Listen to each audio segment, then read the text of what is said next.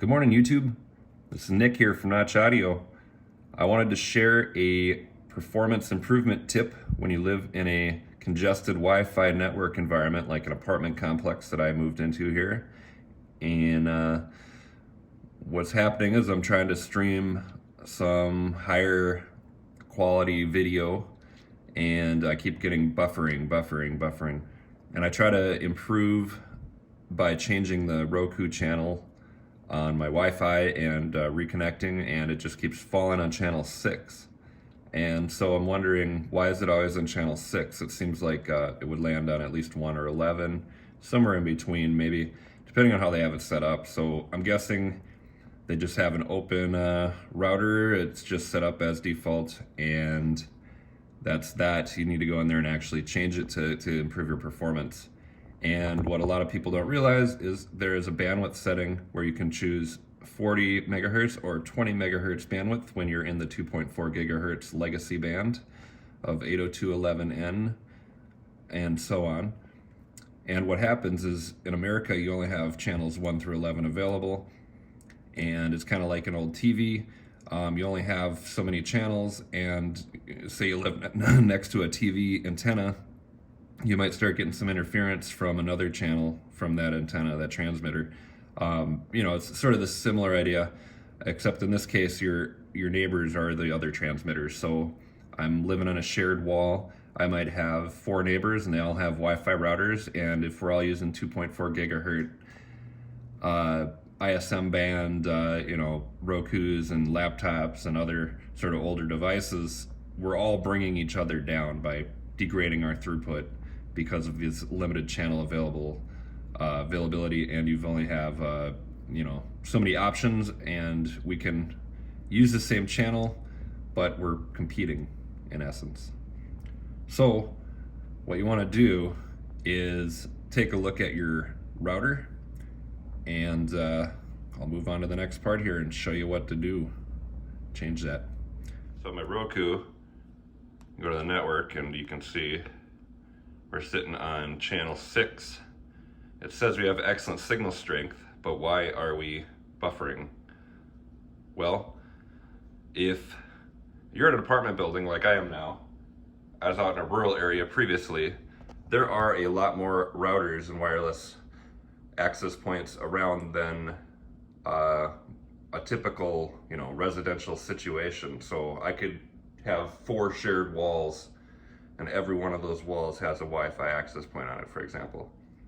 So when you're dealing with the 2.4 gigahertz band, you have the option of selecting a 20 megahertz or 40 megahertz bandwidth setting. And now, it seems like, well, you'd want 40 because that's bigger than 20.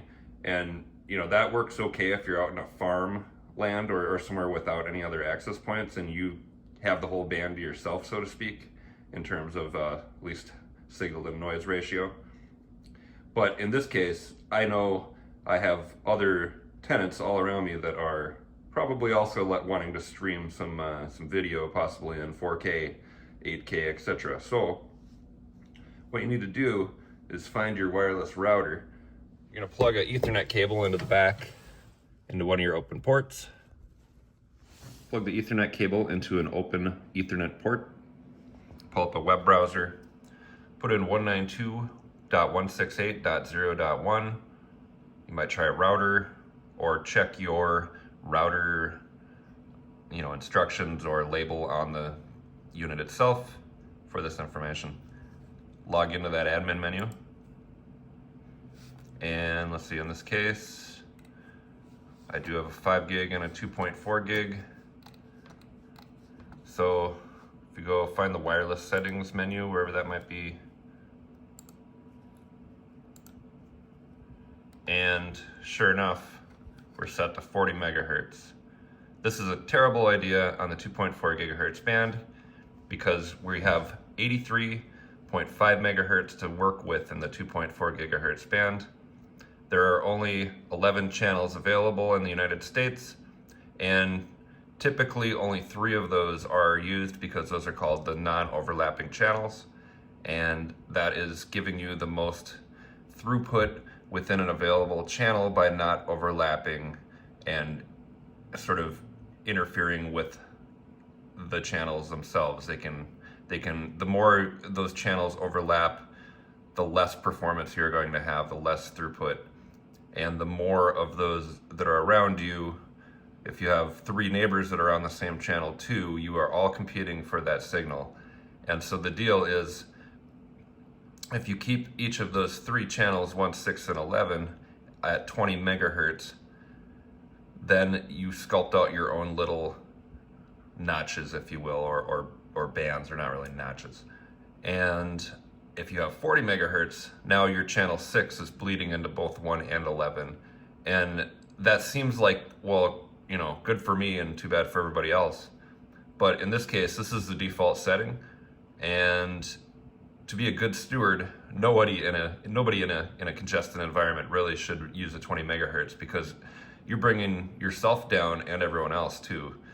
If you're interfering with others, you're not getting any better performance by using 40 megahertz. Maybe, you know, maybe negligible, but everyone's performance is going down. Just be a good steward and set this thing to 20 megahertz. Good steward. And if you had a spectrum analyzer, you could go and see which of these are least interfered with and actually just fix it on either 1, 6, or 11. I don't recommend using any of the 2, the 3, the 4, the 5, the 7, the 8, or the 9, or the 10. You should just fix it on 1, 6, or 11. So for example, I'll set mine to 6. Then you can change that and save it.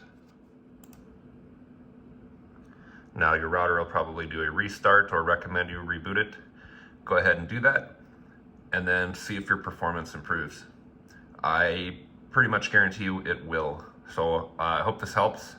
And again, if you're out in a country land, in the farm fields, there's nobody around you, you have no neighbors nearby, go ahead, use that 40 megahertz band. But if you're in any kind of tight residential setup, you know, single family, or even worse, an apartment complex, townhouse, you know, make sure you and your neighbors are all set to 20 if possible, because everyone is going to just enjoy their streaming video and internet service better.